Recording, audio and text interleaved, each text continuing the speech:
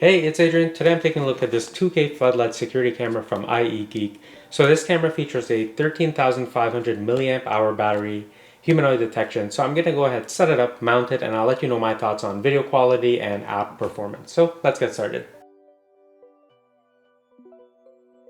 In the package, we have the solar panel, which is great to have to keep the battery topped up throughout the year. We also have matching black mounting hardware to go with the solar panel. We also have mounting hardware that's white to match the camera body. And then we also have a quick start guide, sticker, and a micro USB charging cable. All right, let's take a look at the design of this camera, and it's a really unique design. I've never seen a camera with such a large spotlight, and the spotlight is so big that it's right and left side. But taking a closer look, so we do have the camera lens right here.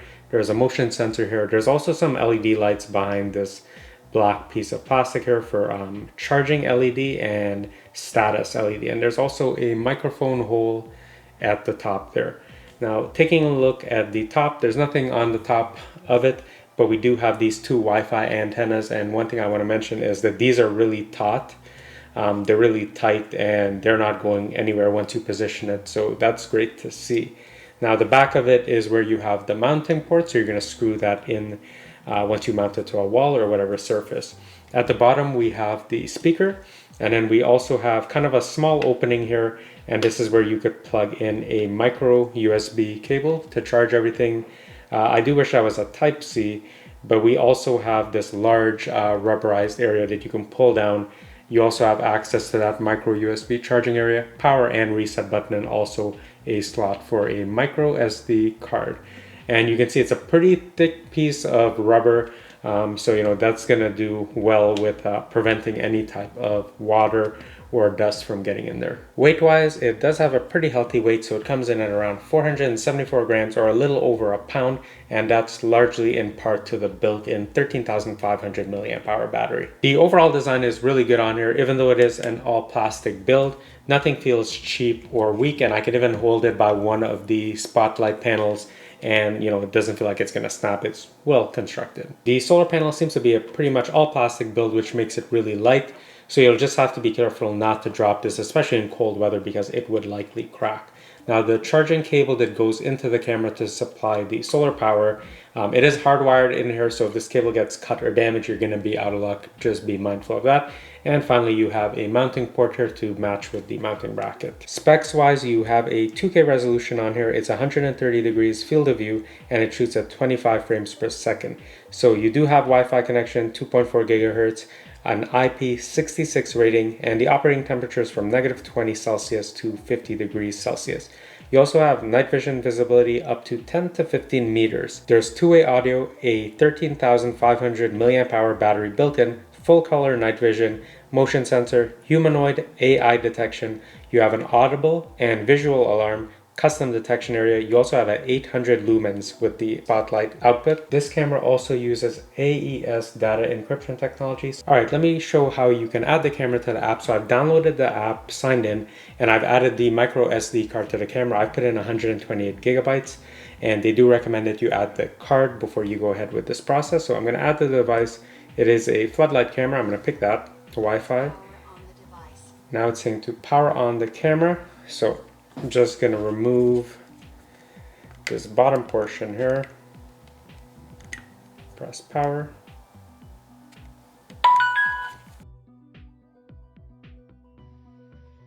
Okay, so it's saying to press the reset button for 5 seconds and have the indicator light flash red. So I believe that's it.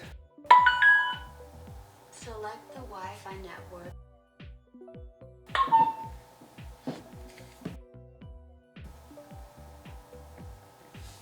So it looks like it was added successfully. I'm going to go to next.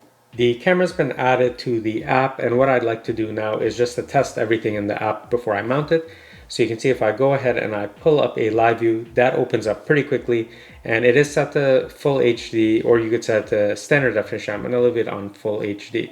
Now if I go into full screen, you can see it's pretty big, and it's very clear. Now I'll just put this remote over here, and you could see that there's not too much latency, and you're able to make out the logo on that. So that works pretty well. But while we're in here, we can also take a screenshot. If you see anything interesting, You can also hit record and you see it's flashing record right there. And one thing I want to point out is your layout is going to look a bit different than mine. It's just looking this way because it's one of those foldable phones. Now if we go into motion detection, we have options to turn motion detection on or off or change the sensitivity. Now it does have these options, link, lighting, and buzzer. These were off. I've turned them on. I'll let you know how that goes, but I believe these are gonna have like an audible alarm or alert and a flash of light when it detects motions. I'll let you know how that goes. But if I go into custom mode, you can see there's a power saving mode, performance mode, and the performance mode is going to drain battery and it records really long clips. I've gone into this custom mode here and it's going to detect motion day and night. It's going to record 20 seconds instead of 10 seconds, and I've turned the alarm interval off. So I'll let you know how battery life fares with those options. What I'd like to do now though is I'm just going to test the audio to let you know how loud it is. So I did set this to 100%, so it's going to be quite loud. But let's first do an intercom test. Testing. So you can hear that's really loud. I know there's a lot of feedback, but believe me when I say it's quite loud. Let's test the siren. Also really, really loud. That's definitely going to wake some people up. Now the light, you can see it's very bright. You may not be able to tell on camera, but it's like basically blowing out everything here because of how bright that light is. So I will demo that, real life in the dark to show you what that's like. But let's go to the next screen here. So we do have light settings. You can adjust the brightness. I did set it on the brightest settings, but you can also adjust the lighting time to 10 seconds or something automatic. So like 10, 20, 30, 40, even up to 30 minutes. But I'll leave it on the default since I think that's what most people are going to do. You can also set a schedule, but again, I'm going to leave everything on the default for now. There is a history tab. Obviously, I don't have anything recorded right now since I haven't mounted it, but this is where you would go to review clips and things like that. And then you also have a cloud plan. I'm going to go ahead and click activate. It's 7 days for free. So I'll go ahead and do that. But you can see if we go into change plan here, this is what the pricing looks like. So you have a 3-day overriding plan, 7-day, and 30-day. So the cheapest plan starts at $2.99 a month. From the dashboard, you can also hit this gear icon here and you could turn notifications off completely if you're going to be coming and going from the house and you don't want to get bugged.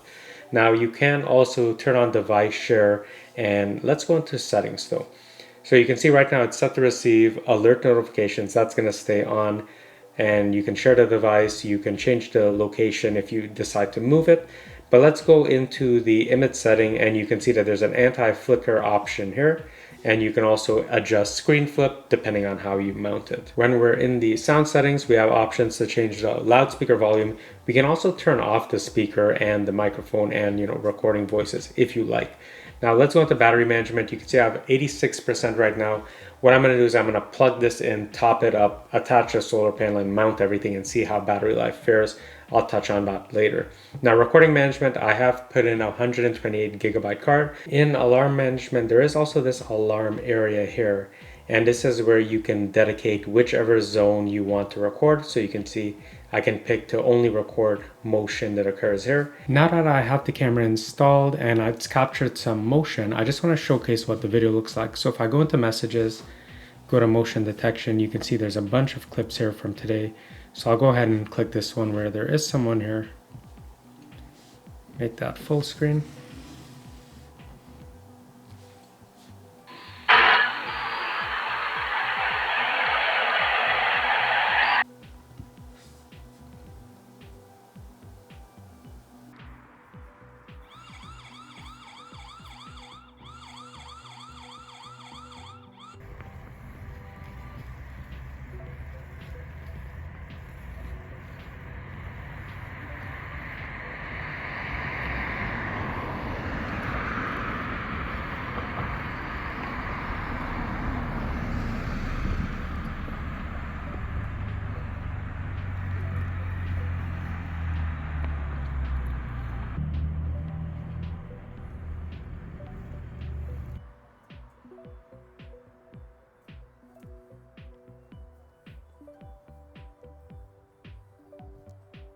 All right, so here's an example of what you can expect from night vision. So you can see right now it's black and white, but when the spotlight comes on or the floodlight, it's going to fully illuminate everything, and you can see, you can easily make out, myself, that I'm wearing glasses, that I have a camera.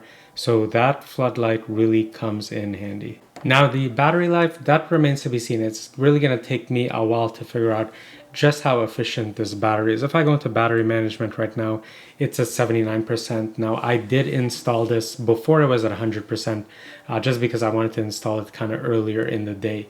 And right now it is connected to the solar panel, and I may not have the solar panel in the most ideal location right now. I kind of wanted a clean install, but I'm gonna be monitoring this to see, how well it retains battery life. Of course, when you're outputting 800 lumens, that's really gonna make or take a hit on battery life, and it is something that I'm gonna have to monitor a bit more carefully. Now, when I go into light settings though, you can see that I can adjust the brightness. I've left everything on the max, right?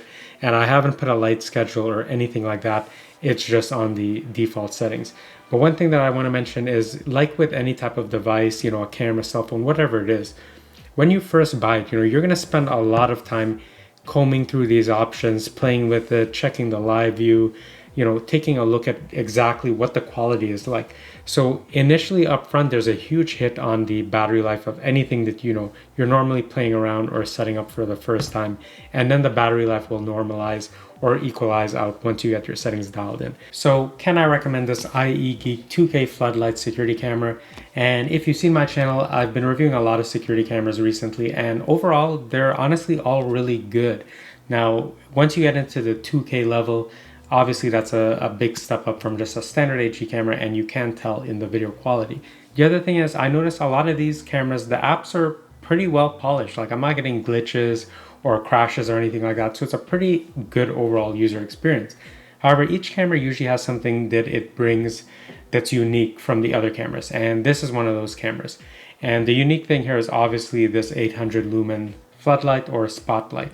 And if you're looking for something to act as a deterrent, either at your front door or on your garage, this is probably one of the best options out there. I have not reviewed another camera that comes even close to the light output of this camera. If you're interested in, I'm going to leave some links in the description down below. If you found this video helpful, please consider liking and subscribing, and I'll see you in the next one. Adrian out.